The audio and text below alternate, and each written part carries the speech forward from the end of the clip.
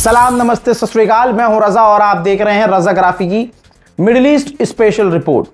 दोस्तों, आपको मालूम है कि हूथीज यानी यमन के जो लड़ाके हैं हूथीज, उनका सऊदी अरब से बहुत सीरियस क्लैश चल रहा है।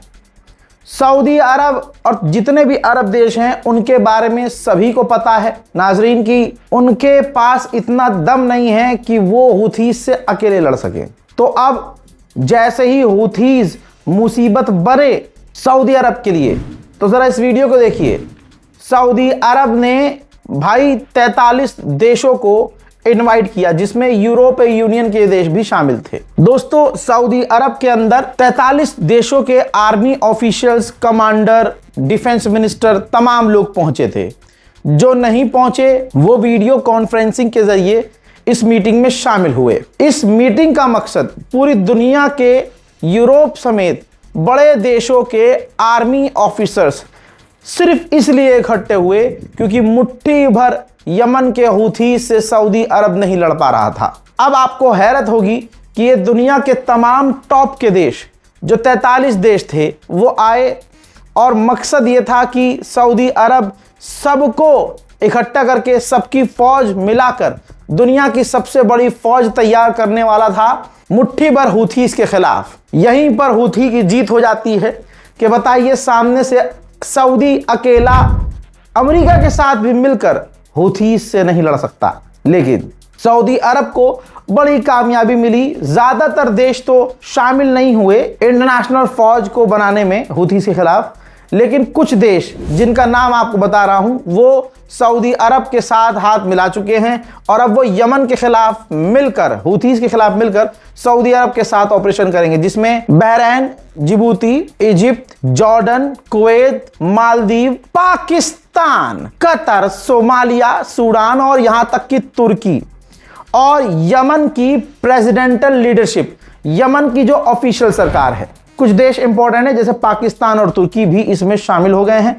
अब ये लोग हूथीज के खिलाफ ऑपरेशन करेंगे, हमला करेंगे सब मिलकर। यह है सऊदी अरबिया की औकात। वहीं सऊदी अरबिया ने यमन के ऊपर हूथीज के इलाकों में हमला किया, जिस हमले की तस्वीर आप देख रहे हैं, और उसके बाद हूथीज के ऊपर हुए हमले में हूथी के एक लड़ाके की मौत हो गई है। याद होगा, सऊदी अरब और अमेरिका ने मिलकर इराक पर आतंकी हमले किए, जिसमें इराक में करबला के ऊपर भी हमले हुए। मैंने ये खबर सबसे पहले बता दी थी कि करबला के इलाके में भी हमले हुए हैं और कई सारे जायरीन भी शहीद हो गए हैं।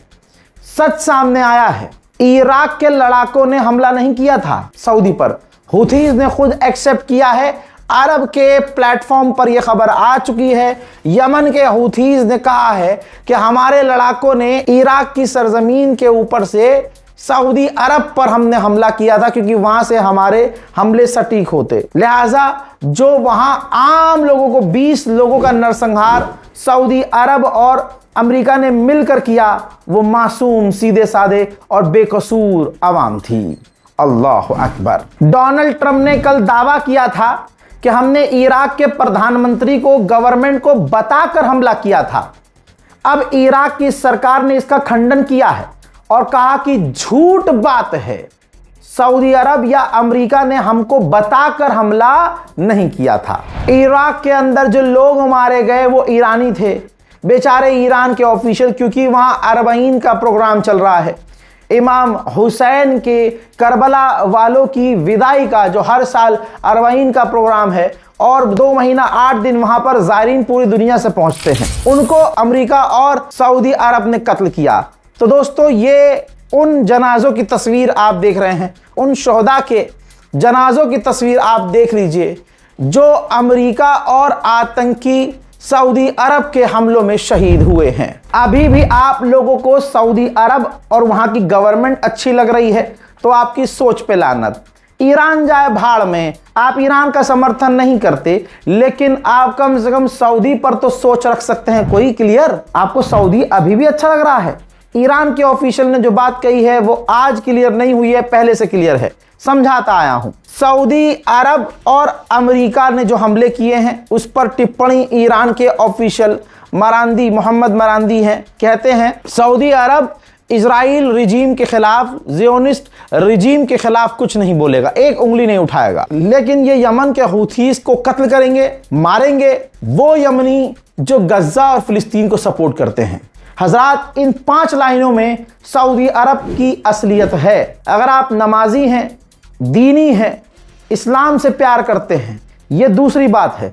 अगर आप इंसानियत के साथ खड़े हैं, आप मेरे भाई हिंदू हैं या मुसलमान हैं, सिख हैं या ईसाई हैं, अगर आप अपने धर्म को ढंग से फॉलो करते हैं तो गलत को गलत, सही को सही कहेंगे। अब आप बताइए ये कहां से सऊदी अरब ने सही किया कि इराक की गवर्नमेंट कह रही है कि आम लोग मारे गए, और जो हुथीज हैं उनको आपने देखा है कि गाजा के फिलिस्तीन के समर्थन में रहते हैं। इजराइल अभी भी गाजा पर हमला कर रहा है, सऊदी अरब अभी भी चुप है। आपको न जाने कैसे सऊदी अरब फिर ठीक लगता है। जो बात मैं आपको समझाता आया हूं सबूत दे देकर, वही बात हुथीस के लीडर ने कही है।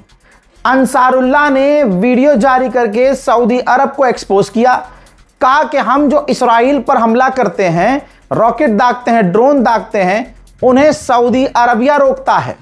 सऊदी अरब, इस्राइल, अमेरिका, ब्रिटेन मिलकर नरसंहार कर रहे हैं और ये सब साथ में फिलिस्तीनियों के खिलाफ काम कर रहे हैं। हजरात, हूथी के लीडर ने आगे बहुत सटीक बात कही है जिसका सबूत आप पहले देखते आए और महसूस करते आए हैं। उन्होंने कहा कि जो देश कॉम्प्रोमाइज कर रहे हैं, यानी सऊदी को ताना मारा है कि जो देश इस्राइल के साथ हाथ मिला रहे हैं, कॉम्प्रोमाइज कर रहे हैं, याद रखना ग्रेटर इजराइल के अंतर्गत वो भी नहीं बचेंगे।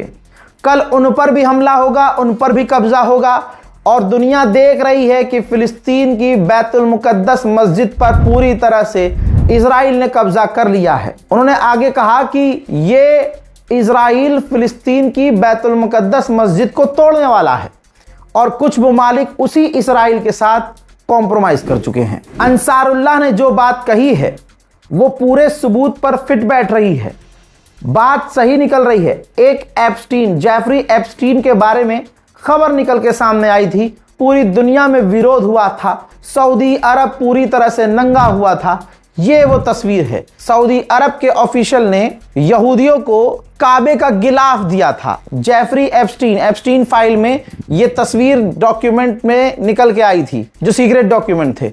अरब के बेचारे सीधे साधे लोग भी भड़क गए थे, लेकिन क्या करें, अपनी सरकार के खिलाफ कैसे बोलें। हूथीस के लीडर ने यही कहा कि ये जो सऊदी अरब ने अपने काबे का गिलाफ दिया था यहूदियों को, इससे साबित होता है कि सऊदी अरब यहूदियों के, इजराइलियों के कितना करीब है। ईरान के पार्लियामेंट स्पीकर जनाबे गलीबाफ ने कहा है, अमेरिका ने जो कश्म आइलैंड पर रेसिडेंटल बिल्डिंग, आम लोगों के घरों पर हमला करके आम बच्चे, औरतों और बुजुर्गों, नौजवानों को कत्ल किया, उनका खून रायगा नहीं जाएगा।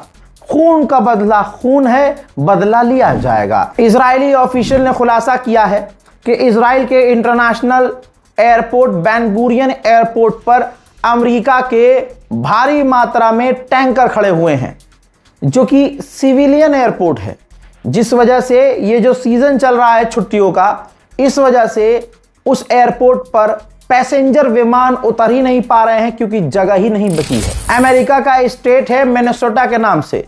खबर यह है कि ईरान के हैकर्स ने वहां के वाटर सप्लाई प्रोग्राम पर हैकिंग करके डिस्टर्ब किया है। भाई, अगर आपको ईरान के सुप्रीम लीडर जो अभी हैं मुज्तबा खामनेई, उनसे जरा सा लगाव है तो आपके लिए बड़ी खबर है। अमेरिका की CIA और इस्राइल का मोसाद दोनों मिलकर मुज्तबा खामनेई के पीछे पड़े हुए हैं, वो उन्हें ढूंढ रहे हैं।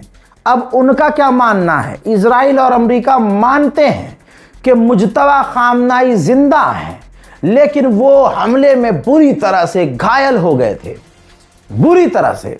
आज की तारीख में तेहरान और मशहद के किसी बीच के इलाके में अंडरग्राउंड बेसमेंट में हैं, पब्लिक के सामने नहीं आ रहे हैं ऑब्वियसली। और रिपोर्ट ये कह रही है कि ना वो मोबाइल यूज कर रहे हैं, ना वहां वो वाईफाई यूज कर रहे हैं, ना उनके पास लैपटॉप है, इलेक्ट्रॉनिक का कोई सामान, डिजिटल इलेक्ट्रॉनिक का कोई सामान उनके पास नहीं है। यहां तक कि अपने हाथों से वो खत लिख रहे हैं। इनर सर्कल, अपने ही लोगों के सीक्रेट जो खुफिया लोग हैं, उनके जरिए वो खत बाहर भेज रहे हैं और अमेरिका की CIA और मोसाद जनाब मुज्तबा खामनाई को कत्ल करने के लिए उन्हें ढूंढ रही है। हजरात, अमेरिका ने कहा है कि जब से ये दोबारा हमने बैरिकेडिंग की है ईरान के, तब से अब तक हमने 24 जहाजों को वापस मोड़ा है। कई जहाजों पर हमने हमले भी किए हैं। दूसरी तरफ ईरान ने कंफर्म किया है कि ओमान से अभी भी स्ट्रेट ऑफ हॉर्मुज को लेकर हमारी बातचीत जारी है। इजिप्ट के राष्ट्रपति सीसी ने कहा है कि हम पर भी ड्रोन हमला हुआ। कमाल की बात यह है कि ईरान का नाम लिया ही नहीं है सीसी ने, लेकिन कहा है इजिप्ट के राष्ट्रपति ने कि डी एस्केलेशन होना चाहिए, इलाके में जंग खत्म होनी चाहिए। आइए गुलाबी सूअर के हाल बताता हूं आपको।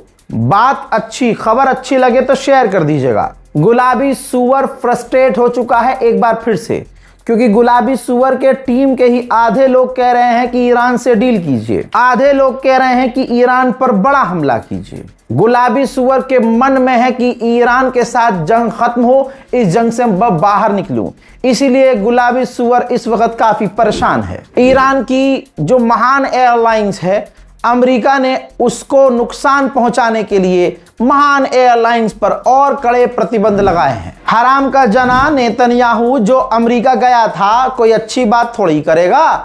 उसने डोनाल्ड ट्रंप को ऑफर किया है कि आप हमें अप्रूव कीजिए, इशारा कीजिए, हम एक बार फिर से IRGC के टॉप ऑफिशियल्स को मारने के लिए तैयार हैं। वहीं दूसरी तरफ सऊदी अरबिया यमन पर हूथीज पर हमला करने के लिए ग्राउंड ऑपरेशन या हवाई ऑपरेशन करने के लिए तैयार है। बस वो फाइनल स्टेप में है, कभी भी हूथीज पर सऊदी अरब बड़े हमले कर सकता है। अल जजीरा ने मोदी सरकार की धोती खोली है, ये देख लीजिए। ऐसे ही नहीं, भारत बदनाम हो रहा है भाई। जहां दुनिया के टॉप के देश इसराइल को हथियार नहीं दे रहे हैं, खबर यह है कि 2596 जहाज भर भर कर मोदी सरकार ने अपने फादरलैंड इजराइल को हथियार भेजे हैं। दिल्ली पर यह इल्जाम लगा है कि यह सारा खेल मोदी नेतन्याहू खेल रहा है और भारत ने फिलिस्तीनियों और गाजा के लोगों के नरसंहार के लिए हथियार इसराइल को दिए हैं, जो कि इंटरनेशनल लॉ का उल्लंघन है।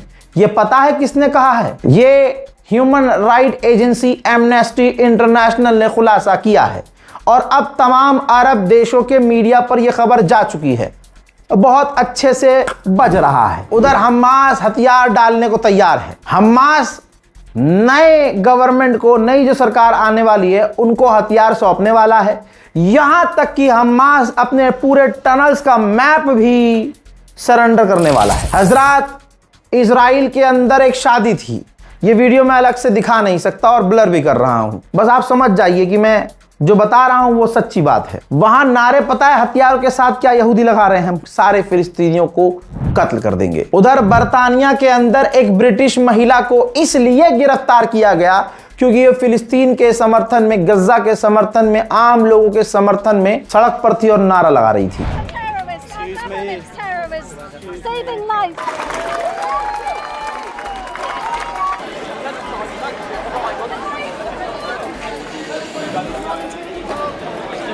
So we're outside Westminster Magistrates Court, and this is where more than 1,500 people, peaceful protesters, were meant to have a hearing today in court because they've been charged under the Terrorism Act for holding signs. And people have come from all over the country for this hearing.